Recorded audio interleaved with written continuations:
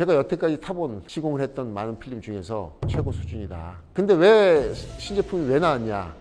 첫 번째는 컬러가 다르냐? 두 번째는 또 내부 반사가 틀려진 게 있냐? 세 번째는 작업을 하는데 어떤 변화가 있느냐? 먼저 컬러에 대해서 말씀을 드리겠습니다. 컬러가 다르진 않습니다. 예. 안녕하세요. 반갑습니다. 오늘 여러분들을 다시 찾아뵀는데요. 레이니 블루 신형 제품이 나왔습니다. 신형 제품을 갖고 특징이 뭔지, 왜 레이니 블루 신형 제품이 나왔는지 여러분들한테 설명을 드리고 같이 시연을 해보는 시간을 갖도록 하겠습니다. 레이니 블루 필름은 반사, 금속, 메탈로 이루어진 필름이고요.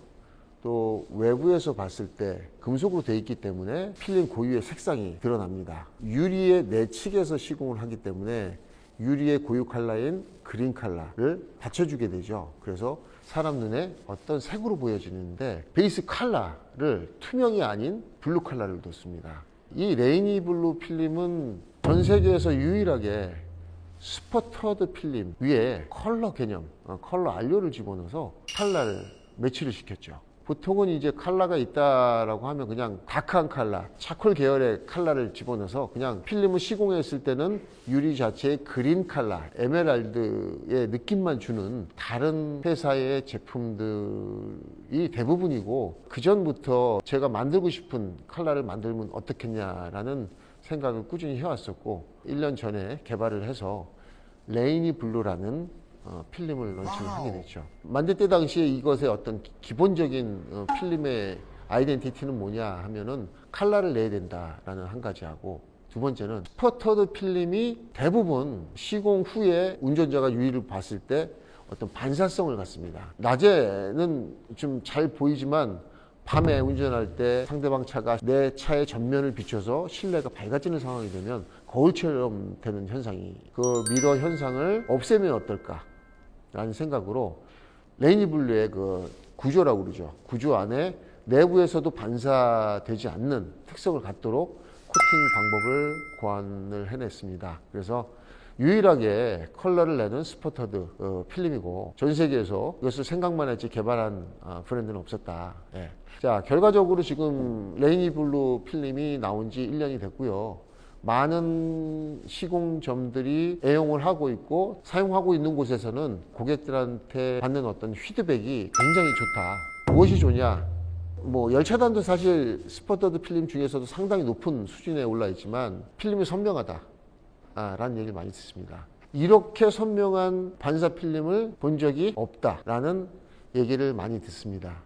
저도 지금 현재까지 레이니 블루 전면엔 25%, 측면엔 10%를 시공하고 다닌 지가 벌써 꽤 됐습니다. 예, 런칭하고 제가 바로 시공을 했었으니까. 제가 여태까지 타본 시공을 했던 많은 필름 중에서 이건 최고 수준이다. 비반사 같으면은 아예 필름 자체 반사도가 없지요.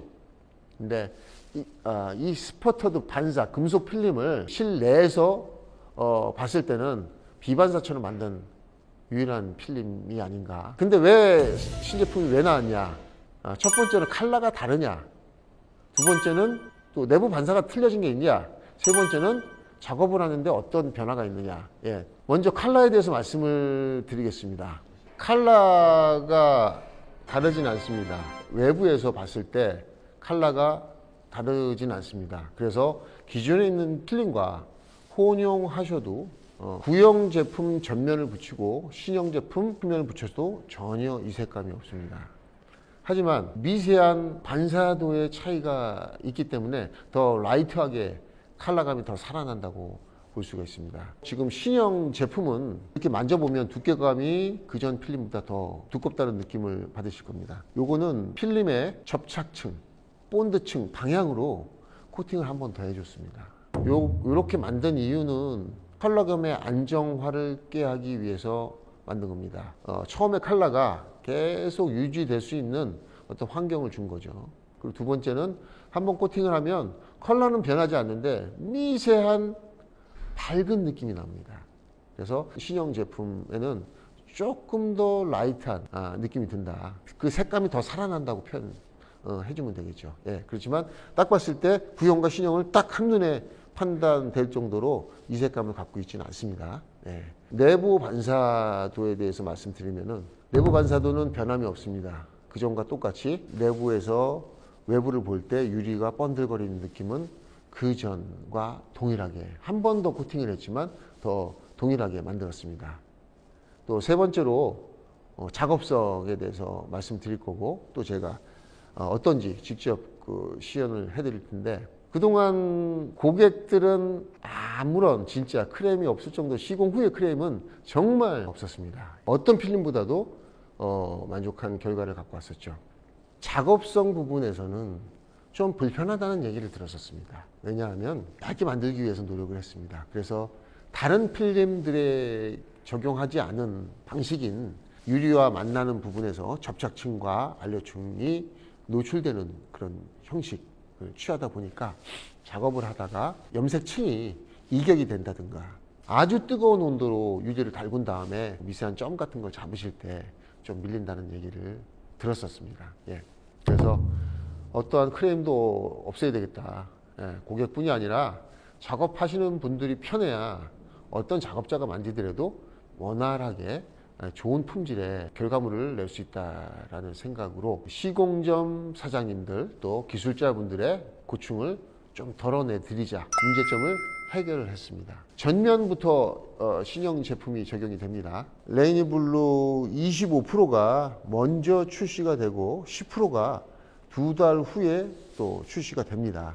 2월 말 또는 3월 초부터 측후면용 10%도 적용을 해서 제품을 출고를 할 계획으로 있습니다. 예. 오늘은 전면 레이니블루 필름 시공성이 어떻게 변했는지 이야기를 나누고 또 시연을 하겠습니다.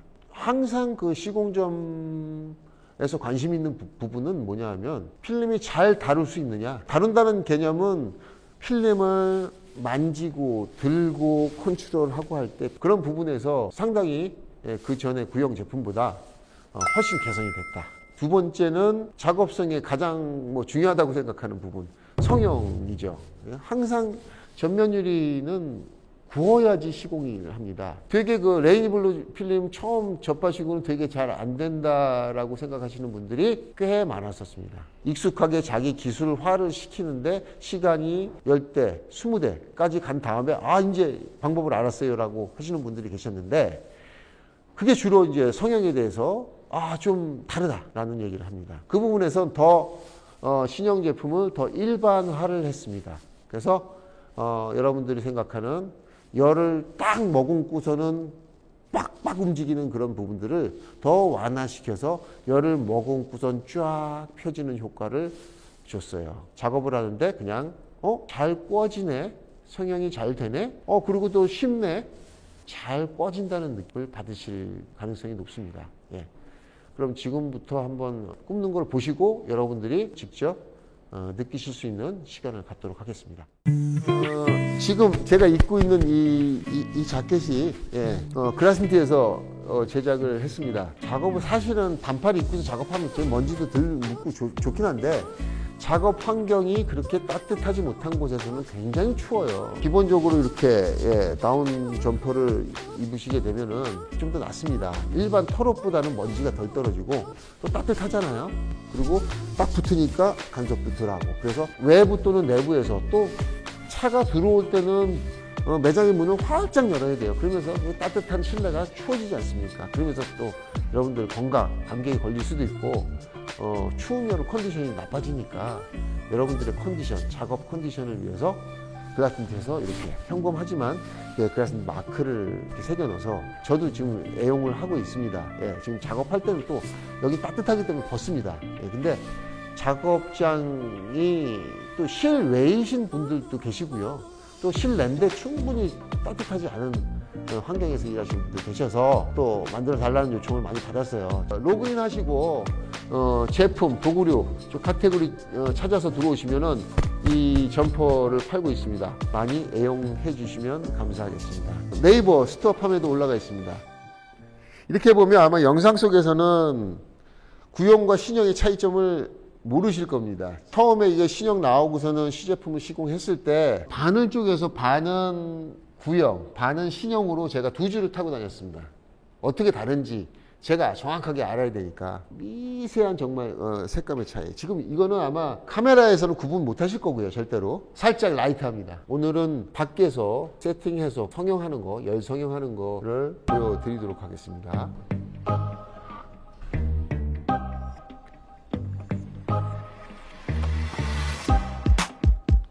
필름은 제가 가재단을 유래돼서 가재단을 했고요. 그 전에 제가 설명을 드릴 때 레이니블루는 유리하고 미끄러지는 효과가 크기 때문에 비누칠을 할 필요가 없다라고 했는데 1시간 전부터 지금 지금 가습을 해왔기 때문에 여기가 상당히 습기가 있는 상태입니다. 비누칠을 안 하고 했더니 지금 똑똑똑똑 달라붙어요. 이런 케이스라면 비누 세팅을 유리에다 해줘야 됩니다.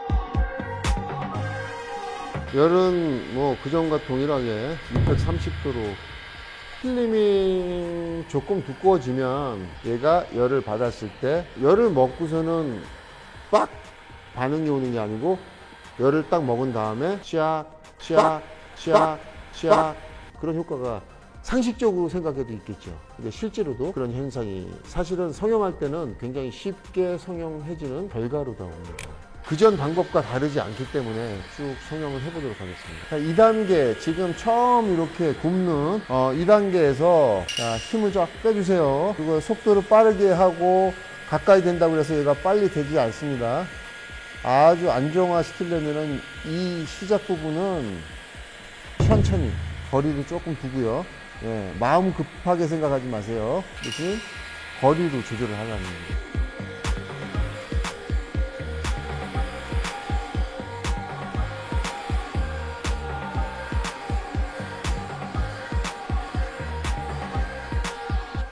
주름의 크기가 둥글둥글, 필름이 두꺼우니까 둥글둥글하고요. 자, 여기 수축이 안 됐지만 이거는 그냥 냅둬야 돼요. 여기서 수축을 해왔기 때문에 필름 자체가 이렇게 끌어당겨서 지금 모양이 이렇게 만들어진 거지, 주름이 이렇게 지면서 수축을 이렇게 해야 되는 게 아니에요. 사실은 이런 모양을 갖고 있어요. 예. 자, 반대쪽을 꺼서 얘를 직선으로 만들어 줘야 돼요. 그 다음에 이 부분을 마무리 성형을 해주면 되는 거죠. 자, 이렇게 반대쪽을 잡아뒀더니 당기니까 다 없어졌습니다. 이렇게 여기 수축을 하지 않아도 되는 부분을 굳이 열을 갖다 대서 더 많이 왜곡되게 수축을 시킬 필요는 없다는 말씀 드리는 겁니다. 자, 반대쪽을 잡아줘서 얘가 자동적으로 만들 수가 있기 때문에 생긴 모양을 인위적으로 막 열을 갖다 대서 수축을 하지 말아라. 다 껐습니다. 시공해 보셔야 직접 체감을 하시고 두꺼워진 것에 대한 작업을 하시면서 적응도를 가지실 텐데, 아주 수축력이 강한 그런 비반사처럼 수축이 안 되는 경우에 특히나 이 테두리, 모서리, 상단을 꾸실 때 백화가 많이 생기더라. 주의하시기 바랍니다. 예, 여기는 네모난 모양이 돼서 이걸 죽이겠다고 열을 가하는 순간에 백화가 금속이 타는 거죠. 백화라는 것은. 예, 시공 후에 허옇게 보이는 겁니다. 이 수축은 항상 분산을 해줘야 됩니다. 집중적으로 되시면 당연히 타죠. 굴곡이 생기는 이유. 자, 여기는 필름이 있고, 자, 여기서 필름이 끊겨서 이쪽엔 필름이 없습니다. 없기 때문에 자연스럽게 이 부분에서 자꾸 이렇게 당겨져 가려고 하는 성질이 생깁니다. 말린다라고 표현을 하는데 이렇게 뒤집어지는 현상이 생기죠. 이쪽 부분은 멀리서 천천히 돼서 이 부분을 실제 굴곡진 만큼만 수축을 하고 이동을 해라. 자, 천천히 멀리서 다 수축이 된 걸 보시면 이미 여기는 과도한 수축이 이루어져서 모양 자체가 왜곡돼서 생기게 되어 있습니다. 이 문제를 해결하지 않으면 저희 필름뿐이 아니라 다른 필름들도 스포터가 많죠. 예, 스포터 필름 성형하실 때 백화 현상이 앞으로 계속 생기게 될 겁니다. 저희 필름만의 문제점이 아니라 스포터 필름은 수축이 적기 때문에 그 적은 수축을 이용해서 최대한 왜곡되고 또 뒤집어지지 않고 적당량을 수축하는 그 방식을 스스로 터득을 하셔야 됩니다. 오늘은 그 레이니블루 25% 신형 제품을 제가 시연하고 또 열 성형을 직접 하는 모습을 보여드렸습니다. 시공을 하시는데 조금 더 원활하지 않겠나 라는 생각을 해봅니다. 시공성이 좋아야 빨리 시공하고 깨끗하게 시공할 수 있으니까 그 말이 틀린 얘기가 아닙니다. 어떤 필름의 조건이 바뀌었을 때, 컨디션이 바뀌었을 때 그 필름의 특성을 파악해서 빨리 적응하는 것이 빠르게 성장하는 하나의 방법이 아니겠냐라고 생각을 합니다. 레이니 블루 25% 시공하는 모습을 여러분들과 같이 나눠봤습니다. 이상입니다.